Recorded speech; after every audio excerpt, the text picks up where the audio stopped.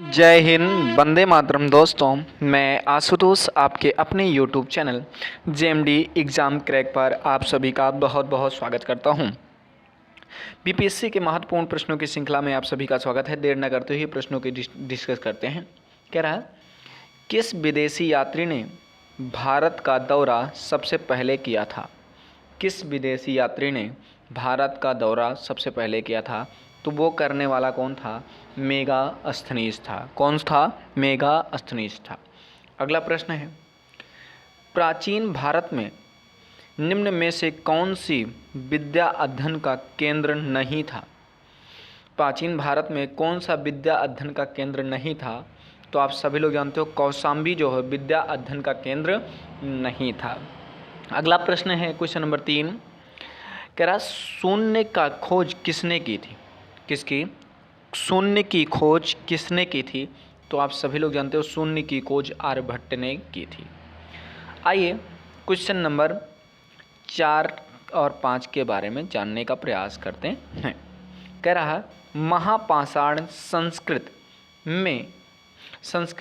हमें दक्षिण भारत के उस ऐतिहासिक युग से परिचित कराती है जब महापाषाण काल में उपयोग में लाई जाती थी।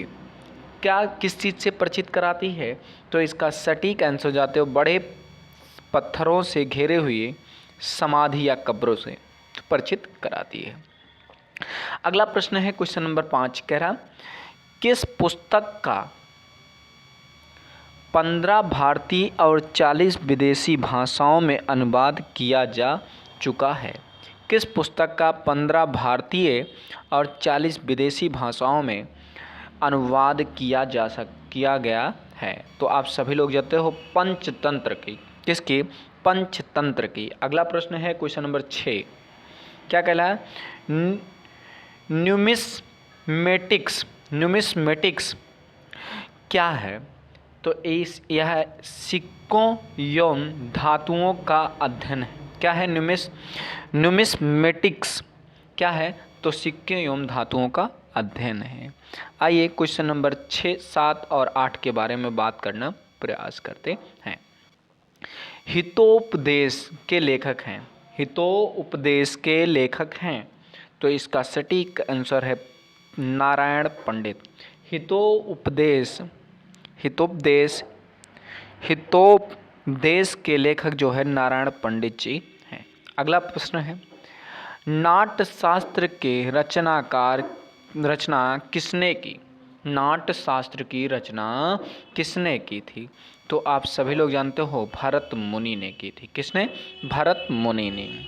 अगला प्रश्न है, विक्रम संवत आरंभ हुआ था।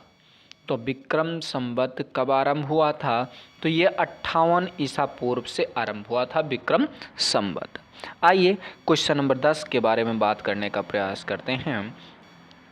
कह रहा, अंकुर वाट कहाँ स्थित है? अंकुर वाट कहाँ स्थित है? तो इसका सटीक आंसर है, अंकुर वाट कंबोडिया में स्थित है। अगला क्वेश्चन नंबर 11 की बात करते हैं। कह रहा, पुरापाषाण काल में आदि मानव के मनोरंजन का साधन था। पुरापाषाण काल में आदि मानव के मनोरंजन का काल क्या था? तो शिकार करना मनोरंजन का साधन था। अगला प्रश्न क्वेश्चन नंबर 12 के बारे में कह रहा, निम्नलिखित में से किसको चालुक्य लिखित एज कहा जाता है? चालुक्य लिथिक एज कहा जाता है। तो किसे कहा जाता है? ताम्रपाषाण युग को चालुक्य लिथिक एज कहा जाता है। अगला प्रश्न है, स्वप्नवास वदता के लेखक थे। स्वप्नवास वदता के लेखक थे, तो इसके लेखक कौन थे? भास जी थे। कौन जी? भास जी थे। आइए क्वेश्चन नंबर 14 के बारे में बात करते हैं और समझने का प्रयास करते हैं। कह रहा है, नालंदा विश्वविद्यालय किस लिए विश्वविख्यात था? नालंदा विश्वविद्यालय किस लिए विश्वविख्यात था? तो बौद्ध धर्म दर्शन के लिए विश्वविख्यात था। अगला क्वेश्चन नंबर 15 के बारे में बात करते हैं। उस स्रोत का नाम बतलाइए जो प्राचीन भारत के व्यापारिक मार्गों का परम मौन है। उस स्रोत का नाम बताइए जो प्राचीन भारतीय व्यापारिक मार्गों पर मौन है। तो इसका सटीक आंसर है जातक साहित्य। कौन सा है? जातक साहित्य। अगला प्रश्न है, आधुनिक मानव के हाल का पूर्वज है। हाल का पूर्वज है। आधुनिक मानव का हाल का पूर्वज है तो क्रो-मैग्नन मनुष्य। क्रो-मैग्नन मनुष्य। अगला प्रश्न है क्वेश्चन नंबर 17, 18, 19।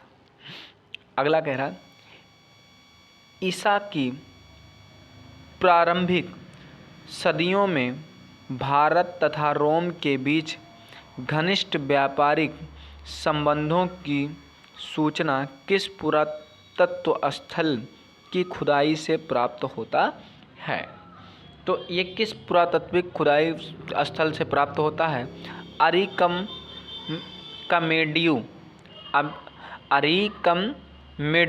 अरिकमेडु पुरातत्व स्थल से प्राप्त होता है। अगला प्रश्न है, आधुनिक देवनागरी लिपि का प्राचीनतम रूप है।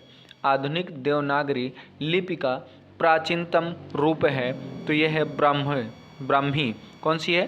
ब्राह्मी। अगला प्रश्न और आज का अंतिम प्रश्न है, आपको प्रश्नों की क्रीज कैसी लगी कमेंट करके हमें ज़रूर बताइए। अगर आपको प्रश्नों की सीरीज अच्छी लग रही हो तो चैनल को लाइक और सब्सक्राइब और शेयर करना मत भूलिएगा। आज का अंतिम प्रश्न है, मानव शरीर द्वारा सर्वप्रथम प्रयुक्त अनाज था। मानव द्वारा सर्वप्रथम प्रयुक्त अनाज कौन सा था? तो ये आप सटीक आंसर देते हैं गेहूं और जौ था।